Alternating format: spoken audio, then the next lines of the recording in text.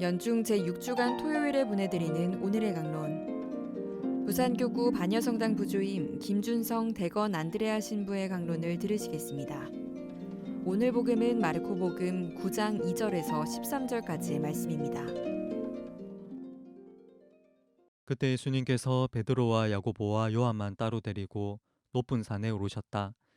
그리고 그들 앞에서 모습이 변하셨다. 그분의 옷은 이 세상 어떤 마전장이도 그토록 하얗게 할 수 없을 만큼 새하얗게 빛났다. 그때 엘리야가 모세와 함께 그들 앞에 나타나 예수님과 이야기를 나누었다. 그러자 베드로가 나서서 예수님께 말하였다. 스승님, 저희가 여기에서 지내면 좋겠습니다. 저희가 초막셋을 지어 하나는 스승님께, 하나는 모세께, 또 하나는 엘리야께 드리겠습니다. 사실 베드로는 무슨 말을 해야 할지 몰랐던 것이다. 제자들이 모두 겁에 질려 있었기 때문이다. 그때 구름이 일어 그들을 덮더니 그 구름 속에서 이는 내가 사랑하는 아들이니 너희는 그의 말을 들어라 하는 소리가 났다. 그 순간 그들이 둘러보자 더 이상 아무도 보이지 않고 예수님만 그들 곁에 계셨다. 그들이 산에서 내려올 때에 예수님께서는 그들에게 사람의 아들이 죽은 이들 가운데서 다시 살아날 때까지 지금 본 것을 아무에게도 말하지 말라고 분부하셨다. 그들은 이 말씀을 지켰다. 그러나 죽은 이들 가운데서 다시 살아난다는 것이 무슨 뜻인지를 저희끼리 서로 물어보았다. 제자들이 예수님께 율법학자들은 어째서 엘리야가 먼저 와야 한다고 말합니까? 하고 물었다. 그러자 예수님께서 그들에게 말씀하셨다. 과연 엘리야가 먼저 와서 모든 것을 바로잡는다. 그런데 사람의 아들이 많은 고난과 멸시를 받으리라고 성경에 기록되어 있는 것은 무슨 까닭이겠느냐? 사실 내가 너희에게 말하는데 엘리야에 관하여 성경에 기록된 대로 그가 이미 왔지만 사람들은 그를 제멋대로 다루었다.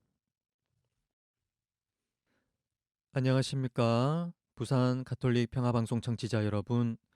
오늘 복음은 예수님께서 영광스럽게 변모하시는 장면이었습니다. 예수님은 베드로와 요한과 야고보만을 데리고 높은 산에 오르시는데 길을 가시는 도중 옷이 어떤 마전장이도 만들 수 없을 만큼 하얗게 빛납니다. 유다교에서는 옷이 하얗게 빛난다는 것은 종말에 있을 천상 영광의 표시로 이해하는데 묵시록 1장 14절에 주님께서는 그분의 머리와 머리털은 흰 양털처럼 또 눈처럼 희셨다라고 적혀 있습니다. 루카복음에서는 그 변화가 옷에만 있는 것이 아니라 얼굴에도 있었다라고 하는데 예수님께서 그만큼 충만한 영광 중에 계셨다는 것을 나타냅니다. 이때 모세와 엘리야가 영광에 쌓여 나타나 예수님과 대화를 나눕니다. 모세와 엘리야는 구약을 대표하는 위대한 지도자요 예언자인데 엘리야는 죽지 않고 회오리 바람에 실려 하늘에 올라갔고 모세는 주님께서 얼굴을 마주보고 사귀시던 사람으로서 그가 주님을 만나고 오면 사람들이 가까이 하기 두려워할 정도로 온몸이 빛났던 인물입니다.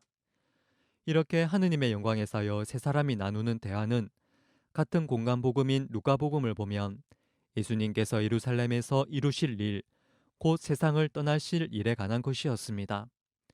예수님은 베드로가 당신을 두고 하느님의 그리스도이시라고 고백했을 때 한 구령을 내리시고는 바로 이어서 당신의 순환과 부활을 예고하셨는데 모세와 엘리야와 함께 나누신 대화는 바로 이 내용에 관한 것으로 보여집니다.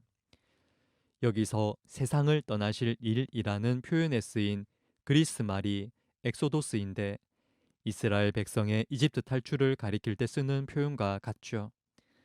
그렇다면 예수님께선 당신의 죽음과 부활과 승천으로 새로운 파스카를 실현하실 거라는 점이 이 단어에서 미리 감지가 됩니다. 이후 베드로의 응답과 구름 속에서 하느님 말씀이 들린 후 두 예언자는 사라지고 예수님만 남습니다. 예수님은 지금 본 것을 아무에게도 말하지 말라 분부하셨고 제자들은 이 말씀을 지키죠. 거룩한 변모 이야기는 여기서 끝납니다. 제자들의 침묵은 사도행전 2장을 보면 성령 강림 이후 제자들이 예수님을 하느님의 그리스도 곧 메시아로 선포하기 시작하면서 풀리게 됩니다. 예수님은 많은 기적을 행하셨지만 이제는 당신이 겪으실 배척과 순환과 죽음을 먼저 애고하시면서 기대를 꺾으십니다. 또 당신을 따르려면 날마다 자기 십자가를 지고 따라야 한다고 하시죠. 제자들은 예수님의 이런 말씀이 혼란스러웠을 겁니다.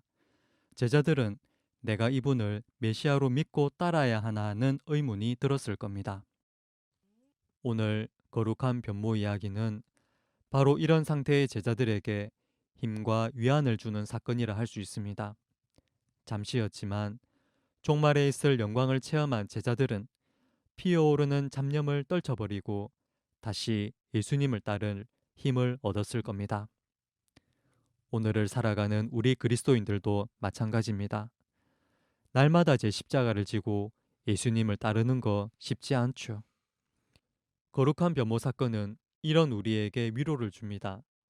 힘들 때 우리가 예수님을 따르기로 한 후 예수님과 함께하면서 행복했던 순간을 떠올려 보고 우리 각자에게 거룩한 변모 사건이 일어난 시간과 장소가 어디였는지를 떠올려 보면 우리는 다시 힘을 얻어 주어진 십자가 길을 걸을 수 있게 됩니다. 그때 그날은 하느님을 만난 날이었으니 내가 눈 감는 순간까지도 잊을 수 없는 마르지 않는 샘과 같은 날이죠. 거룩한 변모 이야기를 통해 나에게는 주님을 만난 높은 산은 어디였는지를 다시 떠올려 볼 수 있는 오늘 되어 보시면 좋겠습니다.